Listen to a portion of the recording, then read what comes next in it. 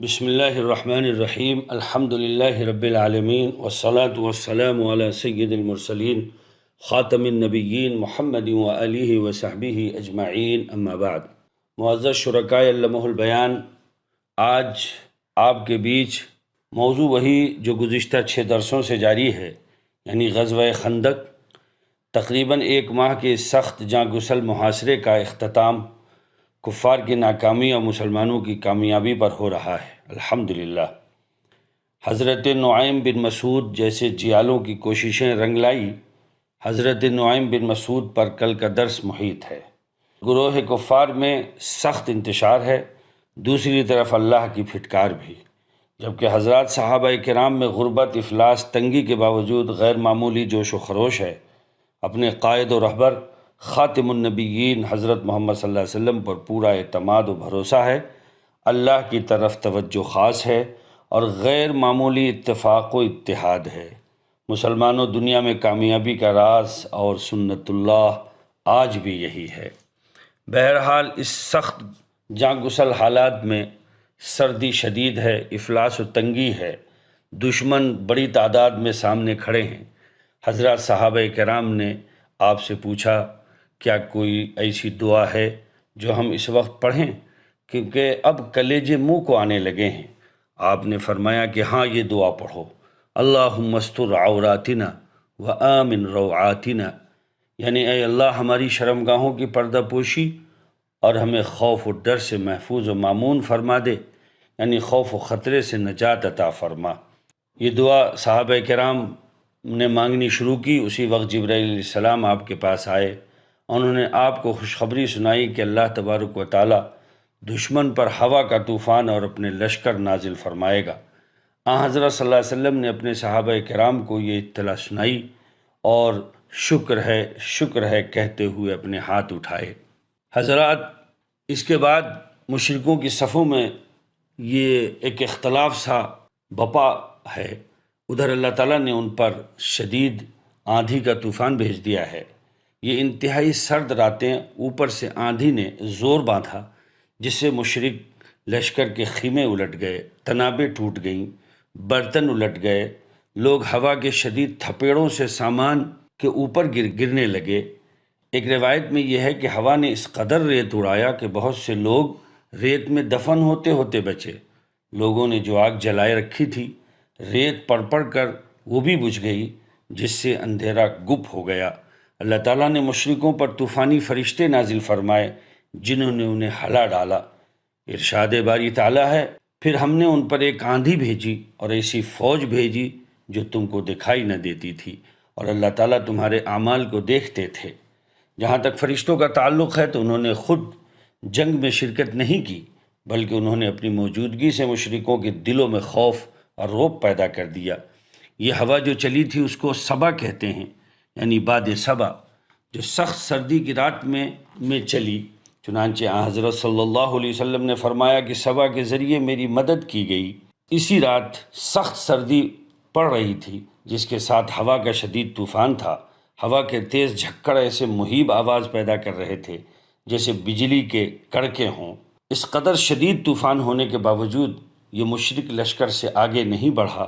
رات اتنی تاریک تھی کہ آدمی اپنا ہاتھ پھیلاتا تو انگلیاں نظر نہیں آتی تھیں، یعنی ہاتھ سجائی نہیں دیتا تھا۔ اسی بیچ حضرت صلی اللہ علیہ وسلم صحابہ سے گویا ہوئے، کیا کوئی ایسا شخص ہے جو جا کر یہ دیکھے کہ دشمن کس حال میں ہیں اور پھر آ کر ہمیں بتائے؟ میں اس شخص کے لیے اللہ تعالیٰ سے دعا کروں گا کہ اللہ تعالیٰ جنت میں اس کو میرا ساتھی بنائے۔ ایک روایت کے الفاظ یوں ہیں کہ وہ قیامت کے دن میرے ساتھ ہو۔ ایک روایت میں یہ الفاظ ہیں کہ وہ قیامت کے دن ابراہیم کا ساتھی ہو۔ آپ نے یہ بات 3 دفعہ فرمائی، مگر خوف، بھوک اور سردی کی شدت کی وجہ سے کوئی شخص کھڑا نہیں ہوا۔ آخر حضرت صلی اللہ علیہ وسلم نے حضرت حذیفہ ابن الیمان کو آواز دی۔ حذیفہ کہتے ہیں کہ اب میرے سامنے کھڑے ہونے کے سوا کوئی چارہ نہیں تھا، کیونکہ آپ نے میرا نام لے کر پکارا تھا۔ میں آپ کے سامنے آیا تو آپ نے فرمایا، تم رات سے میری بات سن رہے ہو اور کھڑے نہیں ہوئے؟ میں نے عرض کیا کہ ایسا نہیں ہے، بلکہ قسم ہے اس ذات پاک کی جس نے آپ کو حق دے کر بھیجا ہے، خوف اور سردی اور بھوک کی شدت سے میں کھڑے ہونے کے قابل نہیں تھا۔ آپ نے فرمایا جاؤ، اللہ تعالیٰ سامنے سے اور پیچھے سے، دائیں سے اور بائیں سے تمہاری حفاظت فرمائے اور تم بخیریت لوٹ کر ہمارے پاس آ جاؤ۔ حضرت حذیفہ کہتے ہیں کہ اس وقت رسول اللہ صلی اللہ علیہ وسلم جب میرے پاس آئے، اس وقت دشمن یا سردی سے بچاؤ کے لیے میرے پاس جو کچھ تھا وہ اپنی بیوی کی صرف ایک چادر تھی جو اوڑھنے کے بعد میرے گھٹنوں تک بھی نہیں پہنچتی تھی۔ میں اسے گھٹنوں پر لپیٹ بیٹھا ہوا تھا۔ غرض حضرت صلی اللہ علیہ وسلم نے میرے قریب آ کر پوچھا یہ کون ہے؟ میں نے عرض کیا حذیفہ۔ آپ نے پوچھا حذیفہ؟ وہ کہتے ہیں کہ میں نے اور زیادہ سمٹ کر عرض کیا کہ کہا کہ ہاں یا رسول اللہ۔ آپ صلی اللہ علیہ وسلم نے فرمایا کھڑے ہو جاؤ۔ میں کھڑا ہو گیا۔ آپ نے فرمایا کہ دشمن سے متعلق خبریں معلوم کرنی ہیں، اس لیے مجھے ان کی خبریں لا کر دو۔ میں نے عرض کیا کہ قسم ہے اس ذات پاک کی جس نے آپ کو حق دے کر بھیجا ہے، سردی کی وجہ سے مجھے آپ کے سامنے اٹھتے ہوئے شرم آ رہی تھی، اس لیے نہیں اٹھا تھا۔ آپ نے فرمایا تم جب تک لوٹ کر میرے پاس نہ آ جاؤ اس وقت تک تم کو سردی یا گرمی نہیں ستائے گی۔ میں نے عرض کیا کہ خدا کی قسم مجھے قتل ہو جانے کی کوئی پرواہ نہیں، مگر گرفتار ہونے سے ڈرتا ہوں۔ آپ نے فرمایا تم ہرگز گرفتار نہیں ہو سکتے، اے اللہ اس کی دائیں بائیں اور آگے پیچھے اور اوپر نیچے سے حفاظت فرما۔ حضرت حذیفہ کہتے ہیں کہ اب میں روانہ ہوا تو ایسا لگتا تھا جیسے میں گرم حمام میں چل رہا ہوں۔ پھر جب میں چلنے کے لیے مڑا تو حضرت صلی اللہ علیہ وسلم نے مجھے آواز دی اور فرمایا کہ اپنی طرف سے کوئی بات ہرگز مت کہنا، یعنی جتنا حکم دیا گیا ہے اس سے زیادہ کچھ مت کرنا۔ ایک روایت میں یوں ہے کہ کوئی تیز تیر یا پتھر بھی مت پھینکنا اور کسی پر تلوار مت چلانا یہاں تک کہ تم میرے پاس لوٹ کر آ جاؤ۔ حضرت حذیفہ کہتے ہیں کہ اس کے بعد میں قریشی لشکر کی طرف چلا یہاں تک کہ ان کے پڑاؤ میں داخل ہو گیا۔ وہاں میں نے ابو سفیان کو یہ کہتے ہوئے سنا، اے گروہ قریش، تم میں سے ہر شخص اپنے ہم نشینوں میں ہوشیار رہے اور جاسوسوں سے پوری طرح خبردار رہے۔ ابو سفیان کی بکھلاہٹ اور واپسی۔ حضرت حذیفہ بھی دشمن میں پہنچ کر ان کے مجمع میں ایک شخص کے پاس بیٹھ گئے تھے۔ وہ کہتے ہیں کہ جیسے ہی میں نے ابو سفیان سے یہ بات سنا، بجائے اس کے کہ وہ میرا پڑوسی ابو سفیان کی بات پر عمل کرے، میں نے فوراً اپنے برابر بیٹھے ہوئے شخص کا ہاتھ پکڑا اور کہا کہ تم کون ہو؟ اس نے کہا میں معاویہ ابن ابو سفیان ہوں۔ پھر میں نے اپنے بائیں جانب بیٹھے ہوئے آدمی کا ہاتھ پکڑا اور کہا تم کون ہو؟ کیونکہ رات کے اندھیرے میں کسی کو کی پہچان تو ہو نہیں رہی تھی۔ ادھر حذیفہ نے ابو سفیان کی اس ہدایت پر فوراً پہلے خود ہی عمل کرتے ہوئے اپنے دائیں بائیں بیٹھنے والوں سے پوچھ گچھ شروع کر دی۔ انہیں اس کا موقع ہی نہیں دیا کہ ان کا ہاتھ پکڑ کر ان کو پوچھیں اور پہچانیں، غرض کہ انہوں نے اپنے بائیں ہاتھ بیٹھنے والے سے پوچھا کہ تم کون ہو؟ اس نے کہا میں عمرو بن العاص ہوں۔ میں نے اس خطرے کے تحت ایسا کیا کہ کہیں میرا پول نہ کھل جائے۔